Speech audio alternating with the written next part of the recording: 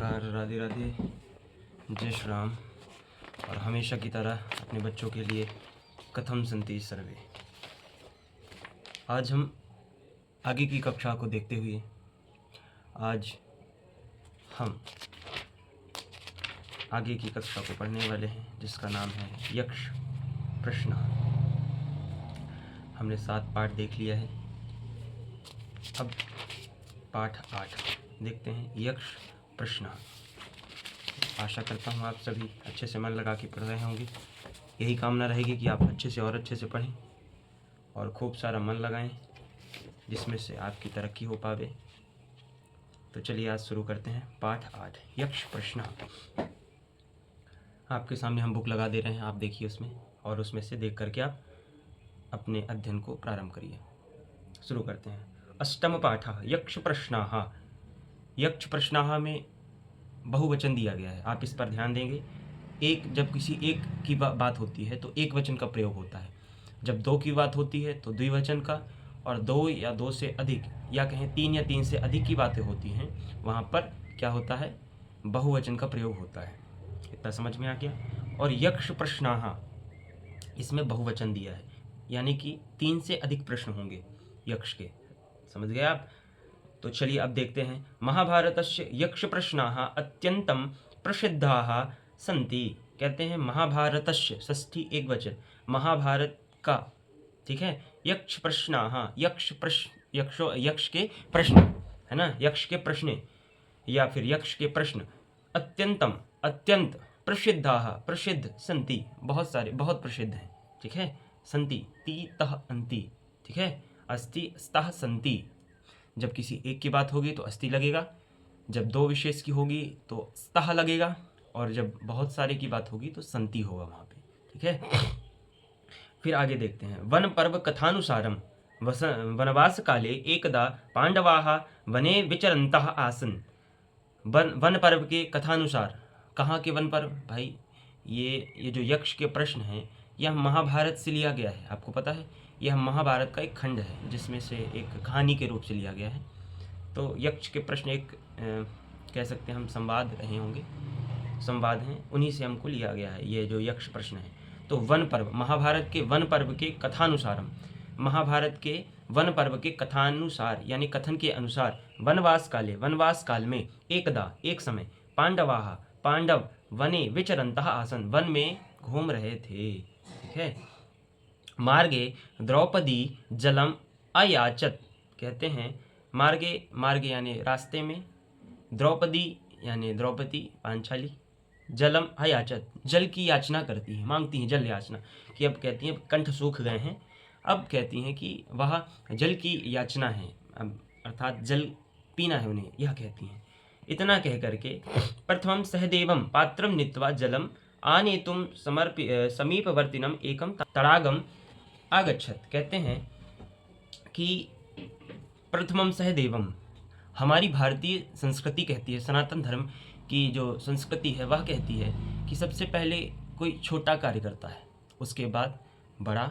सबसे पहले जब तक बड़े हैं, या जब तक बड़ों के सानिध्य में छोटे हैं, तब तक कोई भी कार्य होगा वह छोटे ही करेंगे, ठीक है।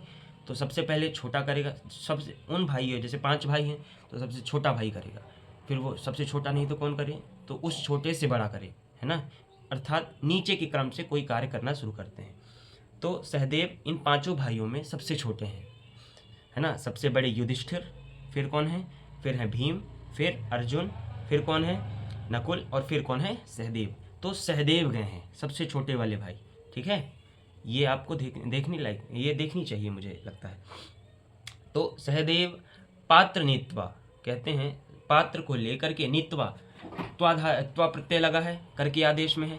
सहदेव, सबसे पहले सहदेव पात्र लेकर के, जल आने तुम, जल को लाने के लिए, समीपवर्तिनम एकम तड़ागम, तड़ागम मतलब होता है तालाब, ठीक है। एकम समीपवर्तिनम यानी एक पास के तालाब में, आगच्छत, क्या करते हैं, आ जाते हैं। फिर परम ना प्रत्यागच्छता, परम ना प्रत्यागच्छत, पर वापस नहीं आते हैं। एवं क्रमेण नकुल अर्जुन भीमाः, मैंने बताया आपको कि भारतीय परंपरा में सबसे छोटे से बड़ा जाता है, अर्थात सबसे पहले छोटा, फिर उससे बड़ा, फिर उससे बड़ा, अंत में सबसे बड़ा भाई जाता है। उसी प्रकार से सहदेव जब नहीं आए तो नकुल जाते हैं, नकुल के नाने पर कौन जाएगा? अर्जुन जाएंगे, अर्जुन के नाने पे भीम जाते हैं। ठीक है, तो क्रमेण कहते हैं क्रमेण आगच्छन परम तेपि न प्रत्यागच्छन, कहते हैं वे तीनों भी आते हैं, क्रम से आते हैं, परंतु उनमें से कोई वापस नहीं आता है। अंते स्वयं युधिष्ठिरः तत्रागत्य अपश्यत्, अंत में स्वयं युधिष्ठिर जाते हैं वहाँ, तत्र माने वहाँ, गत्य तत्रागत्य वहाँ जाते हैं, फिर क्या कहते हैं? अपश्यत्, और देखते हैं। क्या क्या देखते हैं? यत् में चत्वारः अनुजाः भूमौ निष्प्राणाः पतिताः, कहते हैं और देखते हैं कि वहाँ पर भूमि पे उनके चारों भाई जो हैं वह निष्प्राण पतिताः माने गिरे हुए हैं, पड़े हुए हैं। ठीक है, सह तत्कारणम ज्ञातुम एकशत, सह मतलब वह कौन? युधिष्ठिर, तत्कारणम उस उनके गिरे रहने का कारण जानने के लिए, ज्ञातुम एकशत जानने की इच्छा करते हैं, सहसा एक विशालकायः यक्षः आगच्छत्, कहते हैं कि यहाँ वहाँ देखने लगते हैं कि कैसे ये निष्प्राण पड़े हैं, तभी एक विशालकाय यक्ष उनके सामने आता है ना।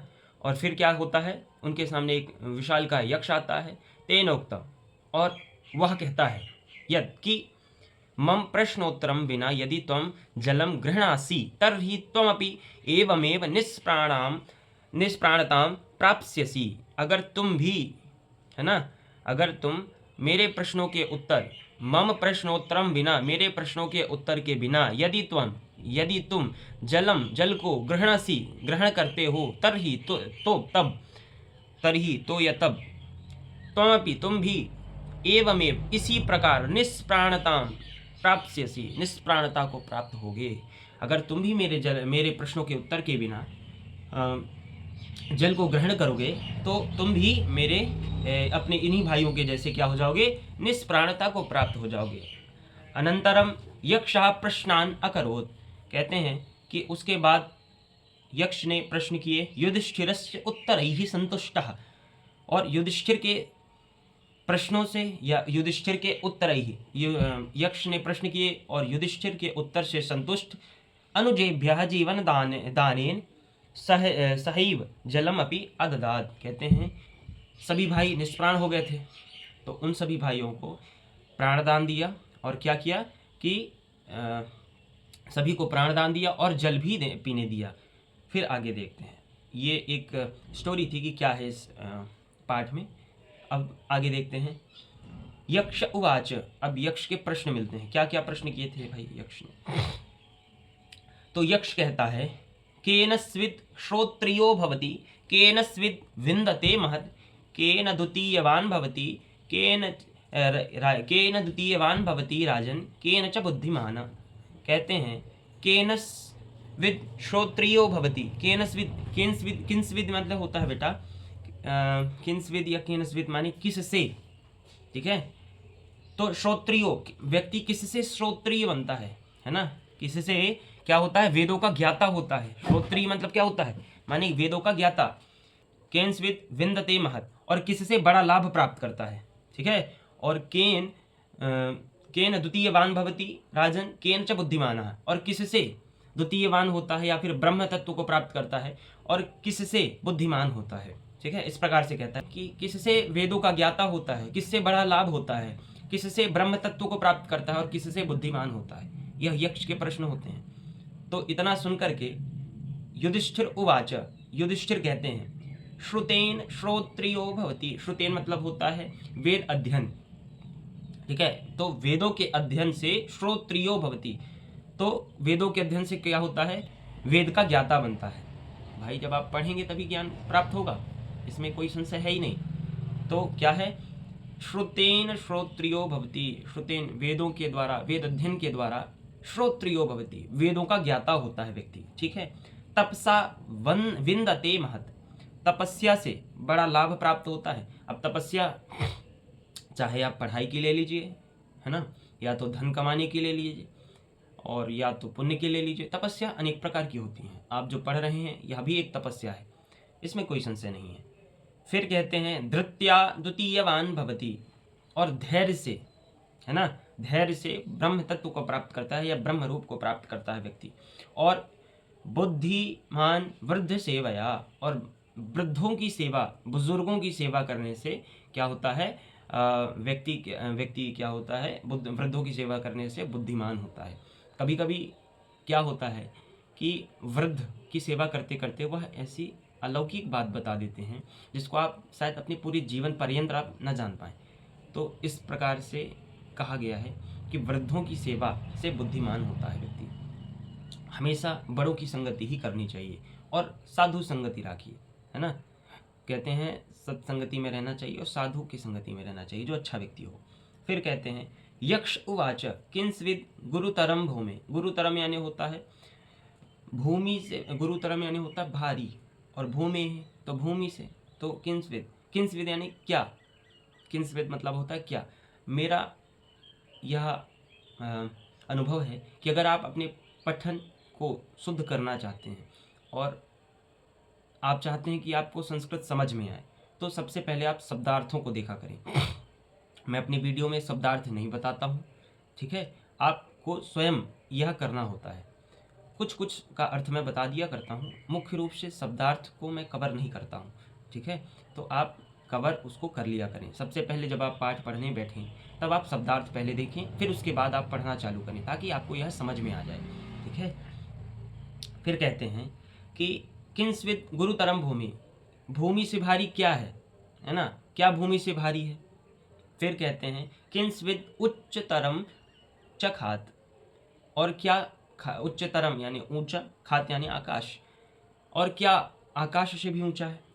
फिर कहते हैं किंस्विद शीघ्रतरम वायो, किंस्विद बहुतरम तृणात्।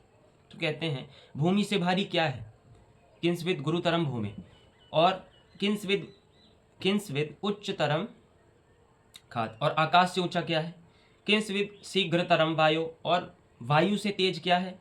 और कहते हैं किंस्विद बहुतरम तृणात्, और तिनके से ज़्यादा फैलने वाला क्या है, क्या है, क्या कहते हैं, और तिनके से अधिक या ज़्यादा फैलने वाला क्या है। तो युधिष्ठिर उवाच, युधिष्ठिर इतना सुन के, प्रश्न सुन करके क्या कहते हैं सुनिए। माता गुरुतरा भूमि, कहते हैं माता जो है ना वह भूमि से भारी होती है, ठीक है। खात पितोच्चतरस तथा, और आकाश से ऊंचे पिता हैं, ठीक है। फिर कहते हैं मनः शीघ्रतरम बात, और कहते हैं मनः शीघ्रतरम बातात, और कहते हैं कि मन जो है वो वायु से भी तेज है, बातात पंचमी एक वचन, ठीक है। तो मन जो है वह वायु से भी तेज है। आप ये जो वातात चिंता लिखा है, आप जब इसका विच्छेद करेंगे तो यह वातात होगा, ठीक है। वातात ये जब संधि होती है इसका, तब ये यहाँ पे ऐसा आया है, ठीक है। आप यह समझ जाएं। मैंने कहीं पे यहाँ पे ऊपर भी दिखा जो काफ़ी जगह किया है अलग अलग, उनको भी आप समझिए कि मैंने इसको क्यों किया है, ठीक है। मैंने इसको अगर कहा है तो यह अवश्य ही होगा, अर्थात जैसे मैंने किंस्विद शीघ्रतरम वायु कहा है ना। तो इसको आप समझिए कि मैंने सभी को अलग अलग कहा है। संस्कृत क्लिष्ट नहीं है, संस्कृत को क्लिष्ट बना दिया जाता है। तो जितना आप आसानी से समझने की कोशिश करेंगे, जितने आप तोड़ तोड़ के समझेंगे, आपके लिए उतना ही आसान होगा।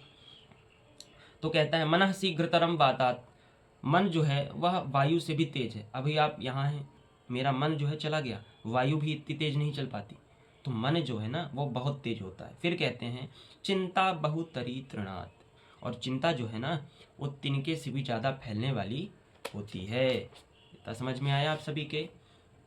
फिर आगे देखते हैं किंस्विद प्रवसतो मित्रम, कहते हैं कि किंस्विद प्रवसतो मित्रम, प्रवसत मतलब होता है विदेश में रहने वाला, ठीक है। तो प्रवसतो विदेश में रहने वाले का, फिर कहते हैं किंस्विद क्या, विदेश में रहने वाले का क्या मित्र है ना। विदेश में रहने वाले का मित्र कौन है भाई, कोई उसको नहीं जानता है। फिर कहते हैं कि किंस्विद मित्रम गृहेशतः, और घर का मित्र कौन है, आतुरस्य मित्रम किम, और जब बीमार व्यक्ति का मित्र कौन है भाई। और फिर कहते हैं किंस्विद मित्रम मरिष्यतः, और मरणोन्मुख या मरे हुए व्यक्ति या मरते हुए व्यक्ति का कौन है मित्र, कौन है, अर्थात मरने वाले व्यक्ति का मित्र कौन है। जब कोई मर रहा हो तब उसका मित्र कौन है, तो उसका अर्थ कहा गया है। युधिष्ठिर ने उनका उत्तर बताते हुए कहा, सार्थः प्रवशतो मित्रम। सार्था माने साधन, अर्थ माने होता है पैसे, ठीक है। अर्थ सहित अगर कोई प्रवशतो यानी विदेश में है, अर्थ सहित वह विदेश में पैसे सहित है, तो वही उसका मित्र है। अर्थात अर्थः, तो विदेश में रहने वाले का मित्र कौन है? धन, ठीक है। फिर क्या कह रहा है, फिर आगे, भार्या मित्रम गृहे शतः। भार्या मतलब होता है पत्नी, ठीक है। आप, मुझे लगता है कि आपको यह कन्फ्यूज़न नहीं हो, तो आप ये जान लीजिए, भार्या मतलब होता है पत्नी और भगिनी मतलब होता है बहन, ठीक है। समझ गए आप? भार्या मतलब पत्नी और भगिनी मतलब बहन, समझ में आया? इसमें आप कंफ्यूज मत होइएगा। फिर आगे देखते हैं, फिर कहते हैं कि घर का मित्र कौन है? पत्नी। आतुरस्य मित्रम, आतुरस्य भिषंग मित्रम। आतुरस्य यानी, आतुरस्य मतलब होता है बेटा कि बीमार व्यक्ति का मित्र कौन है? तो भिषंग मित्रम। तो भिषंग मतलब होता है, भिषक मतलब होता है वैद्य, है ना। तो भिषंग मित्रम दानम मित्रम मरिष्यतः। और दान मित्र कहाँ का है? मरने वाले व्यक्ति का मित्र कौन है? दान है। फिर से समझिए इसको, कहते हैं पैसा, ये धन ही विदेश का मित्र है, विदेश में रहने वाले व्यक्ति का मित्र है। घर का मित्र कौन है? पत्नी घर का मित्र है, पत्नी ही घर की मित्र है, ठीक है। फिर आतुरस्य मित्रम माने बीमार व्यक्ति का मित्र कौन है? वैद्य है, वैद्य डॉक्टर है। और दान मित्रम मरिष्यतः, और दान मरने वाले व्यक्ति का मित्र कौन है? दान है। युधिष्ठिरस्य उत्तरेण संतुष्टः यक्षः अवदत्। युधिष्ठिरस्य, षष्ठी एक वचन, युधिष्ठिर के उत्तरेण, उत्तर के द्वारा, संतुष्टः संतुष्ट, यक्षः अवदत् यक्ष कहते हैं क्या? यक्ष उवाच, भो राजन त्वं भ्रातृषु यम एकम इक्षसि सह जीवेत। कहते हैं कि भो राजन, हे राजन, ये भो ये जो दिया है ये संबोधन होता है, ठीक है। ये आप ये दौड़ने मत लग जाइएगा, ये संबोधन के शब्द हैं।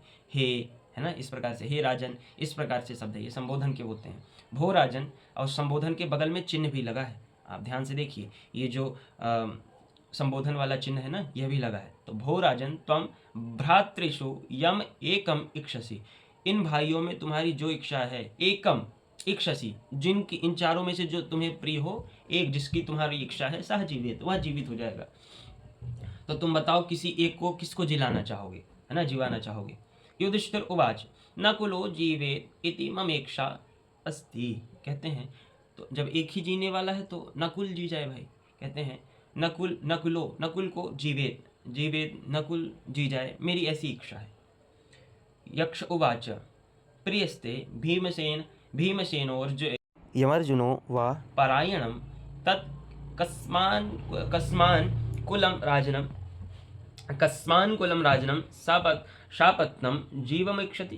कहते हैं कि हे राजन, हे, जैसे भीमसेन जैसा तुम्हारा प्रिय भाई है और अर्जुन जैसा तुम्हारा अनन्य भक्त है, ठीक है, फिर तुम किस लिए ये सौतेले भाई को, है ना, सौतेले भाई नकुल को जिंदा करना चाह रहे हो? कस्मान नकुलम राजन सापत्नम, है ना, किस लिए तुम सौतेले भाई को जिलाना चाह रहे हो? तब युधिष्ठिरवाच यथा कुंती तथा माद्री विशेषो नास्ति मे तयोः।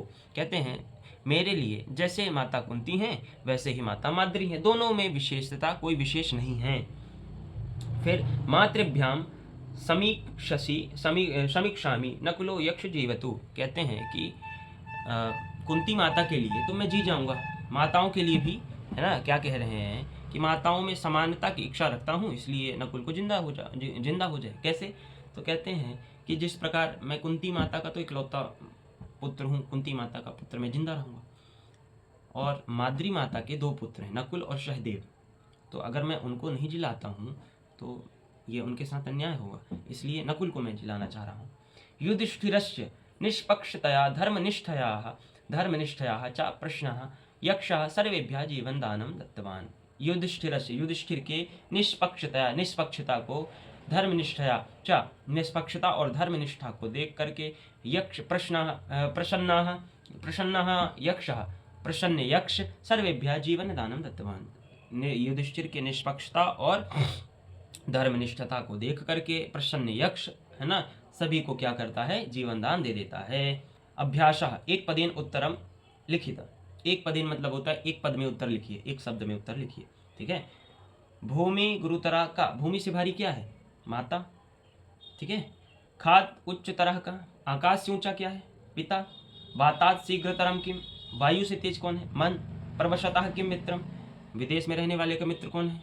अर्था, यह सा अर्था है ना, सार्था। आतुरस्य आतुरस्य मित्रम किम, भीषण मित्रम, बीमार व्यक्ति का मित्र कौन है भाई? विषंग मित्रम। फिर ये समय समाप्त हो गया एक पदेन उत्तर आपका। फिर देखते हैं आगे, एक वाक्येन उत्तरम लिखित। आप, मैं यह आशा करता हूँ कि आप सभी को कक्षा अच्छी लग रही होंगी। ठीक है। मैं जान रहा हूँ कि मैंने काफ़ी दिनों से वीडियो नहीं डाली है। कोशिश रहेगी कि ये आज से मैं प्रत्येक दिवस एक वीडियो ज़रूर डालूँ, एक पार्ट को लेकर के। ठीक है, आप चिंता ना करें। अब आगे की देखते हैं। एक वाक्येन उत्तरम लिखित। का तृणात् बहुतरी, तिनके से ज़्यादा फैलने वाला क्या है? चिंता। ठीक है, चिंता जो होती है वह तिनके से ज़्यादा फैलने वाली होती है। गृहे शतः किम मित्रम, तो घर में रहने वाले की मित्र कौन होती है भाई? मित्र कौन होती है? भार्या। ठीक है, भार्या कौन होती है मित्र भाई? भार्या, पत्नी होती है। युधिष्ठिरस्य मातु नाम किम, युधिष्ठिर की माता का नाम क्या था? अभी हमने बताया ना, कुंती। युधिष्ठिर की माता का नाम क्या था? कुंती माता था। मरिष्यतः किम मित्रम, मरने वाले व्यक्ति का या मरणोन्मुख व्यक्ति का मित्र कौन होता है? दानम, है ना, दान ही होता है ना मरने वाले व्यक्ति का मित्र। सही है। नकुलस्य मातु नाम किम, नकुल की माता का नाम क्या था? माद्री। ठीक है। फिर इसके पश्चात देखते हैं, प्रसन्नो भूत्वा यक्षः किम अकरोत्, प्रसन्न होकर के यक्ष ने क्या किया? तो प्रसन्नो भूत्वा यक्षः सर्वेभ्यः भ्रातृभ्यः जीवितं दानम अकरोत्। चलिए अब आपको और बताता हूँ। मैं बुक से मैं उत्तर देखना सिखाता हूँ। अपने बुक में देखिए, सबसे लास्ट लाइन शब्दार्थ के ऊपर दिया है कि युधिष्ठिरस्य निष्पक्षतया धर्मनिष्ठया च प्रसन्नः यक्षः सर्वेभ्यः जीवन दानम दत्तवान, सभी को जीवन दान दे दिया। ठीक है। अब यह उत्तर जो है सटीक कैसे बैठेगा? आपको प्रश्न पूछा है, प्रसन्नो भूत्वा यक्षः किम अकरोत्, तो प्रसन्न होकर के यक्ष ने क्या किया? सर्वेभ्यः जीवन दानम दत्तवान। तो आप ये भी लिख सकते हैं, बिल्कुल ये भी सही होगा। ठीक है, समझ में आया? अब आगे चलते हैं अपन। कोष्टक प्रदत्तैहि, कोष्टक में दिए हुए शब्दैहि, शब्दों, ठीक है, शब्दों के द्वारा सह उचिताम विभक्तिम प्रयोज्य रिक्त स्थानम पूर्तिम अकरोत्, रिक्त स्थान पूर्तिम कुरुत। कहते हैं कि कोष्टक में दिए हुए जो किनारे एक ब्रैकेट में दिया गया है ना शब्द, तृणभूमि, मन, मित्र, आतुर, तो इनमें विभक्ति लगाना है, कारक लगाना है। कौन सा कारक लगेगा? और उनको लगा करके और इसमें रिक्त स्थान में लिखना है। समझ गए? अब कैसे लगाना है इसको? सबसे पहले इसके लिए तो आपको विभक्ति का ज्ञान होना चाहिए, किस विभक्ति में कौन सा प्रयोग होता है। ठीक है, सबसे पहले आप हिंदी समझिए, इसका क्या होगा। तो क्या है? चिंता रिक्त स्थानम बहुतरी भवती। कहते हैं चिंता जो है बहुत ज़्यादा फैलने वाली होती है ना? क्या होती है? रिक्त स्थान फैलने वाली होती है। ठीक है, तो किससे फैलने वाली होती है? तो इसको बनाना है, चिंता तृणात् बहुतरी भवती, चिंता किससे ज़्यादा फैलने वाली होती है? तो तिनके से ज़्यादा। तृणात् क्या होगा यहाँ पे? तृणात् लगेगा, पंचमी एक वचन लगेगा इसमें। ठीक है, अब पहले मैंने बता दिया ना, एक आपको समझा दिया। अब आपको ये स्वयं देखना है कि ये कौन सी विभक्ति, मैं आंसर तो बताऊंगा परंतु आपको स्वयं यह देखना है कि इसमें कौन सी विभक्ति लगी है। ठीक है, माता गुरुतरा अस्ति, माता रिक्त स्थानम गुरुतरा अस्ति, माता किससे भारी होती है? ठीक है, किससे भारी होती है भाई? भूमेः। मैं ये नहीं बताऊंगा आपको कि इसमें कौन सी विभक्ति कौन सा वचन है, आपको स्वयं देखना होगा। यह भूमि शब्द रूप चलेगा, है ना, भूमि, या फिर हरि देखेंगे तब भी सेम वैसे ही जाएगा। आप उसमें से समझ सकते हैं कि यह क्या होगा। ठीक है, फिर आगे देखिए, वायोः, वायु से, है ना, शीघ्रतरम, वायु से तेज, शीघ्रतरम भवती, वायु से तेज क्या है भाई? मना। अभी बात किए थे ना, अभी हम यहाँ बैठे हैं अपने घर में, सपोज कि मैं स्कूल में बैठा हूँ, मैं सोच रहा हूँ, बिल्कुल बढ़िया सोच रहा हूँ कि मैं क्लास में बैठा हूँ, आपको पढ़ा रहा हूँ, तो मन एक सेकंड में चला गया वहाँ, वायु भी उससे तेज नहीं है। इस प्रकार से कहा गया है वायु हो, वायु से तेज क्या है? मन। मनः भार्या मम गृहे शतः रिक्त स्थानम भवति। मित्र दिया है तो क्या लगेगा? मित्रम। भार्या मम गृहे शतः मित्रम भवति। फिर आगे रिक्त स्थानम भिषक मित्रम भवति। आतुर दिया है तो भिषक मित्रम वैद्य मित्र होता है, भवति होता है। किसका? आतुरस्य। आतुरस्य यानी होता है बीमार व्यक्ति। बीमार व्यक्ति का मित्र कौन होता है? भिषक, यानी कि कौन? वैद्य। समझ गए? फिर आगे देखते हैं युग्म निर्माणम कुरुत। युग्म मतलब होता है कि मैच द कॉलम, है ना, सही जोड़ी बनाना है। माता गुरुतरा, तो माता भूमि से भारी होती है ना, माता भारी होती है किससे? भूमि से। वातात शीघ्रतरम मन, वायु से तेज मन। फिर गृहे मित्रम भार्या, घर की मित्र कौन? भाई पत्नी होती है। फिर तृणात बहुतरी, चिंता, तिनके से ज़्यादा फैलने वाली, है ना, तो चिंता। मरिष्यतः मित्रम दानम, मरने वाले व्यक्ति का मित्र कौन होता है? दान। प्रवशतो मित्रम सार्था, है ना, तो कह रहे हैं कि विदेश में रहने वाले व्यक्ति का कौन होता है मित्र? सार्था। कैसे? धनी होते हैं।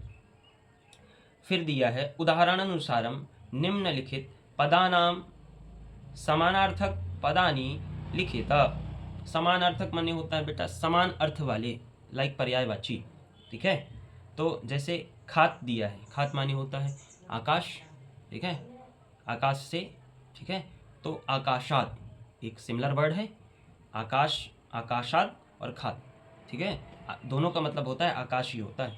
फिर देखते हैं भूमेहे, तो भूमेहे में, और हाँ इसमें यही देखना है कि सेम विभक्ति भी लगानी है, कारक भी सेम प्रयोग करना है आपको। ठीक है, उसी शब्द में। तो भूमेहे पृथिव्याः।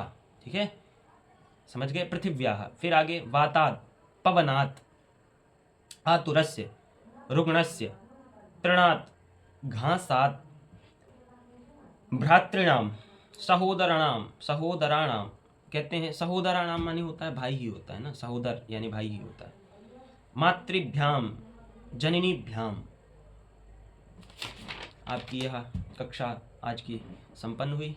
आशा करता हूँ आपको यह कक्षा अच्छी लगी होगी। हम जान रहे हैं कि आपकी ये कक्षा प्रत्येक दिवस हम नहीं डाल पा रहे हैं वीडियो, किंचित कारणों के कारण, और कोशिश यही है कि हम प्रत्येक दिवस डालें। आशा करता हूँ आपको यह कक्षा अच्छी लगी होगी। लाइक सब्सक्राइब का नहीं है, आपको अच्छी लगी, बहुत इतना काफ़ी है मेरे लिए। चाहे तो आप कर सकते हैं, अदरवाइज़ कोई बात ही नहीं है आपके लिए। आज की कक्षा को मैं यहीं पे विराम देना चाहूँगा। और मैंने कहा था कि एक प्रश्न आपके लिए प्रत्येक दिवस छोड़ दूँगा, आज के लिए यह मैं भूल गया था। आपके लिए मैं ये प्रश्न छोड़ दिया, नहीं छोड़ पाया। तो आप इसका एक समरी बना लीजिएगा। सबसे पहले एक समरी हिंदी से ही बनाइएगा, और फिर हिंदी से बनाने के बाद आपके लिए काम तो दे के जाऊँगा भाई, और हिंदी से बनाने के बाद आप उसको हिंदी और संस्कृत को एक साथ रख के पढ़िएगा, आपसे अनुवाद आने लगेगा। ठीक है, आज की कक्षा यहीं पे बंद करते हैं। राधे राधे, जय श्री राम।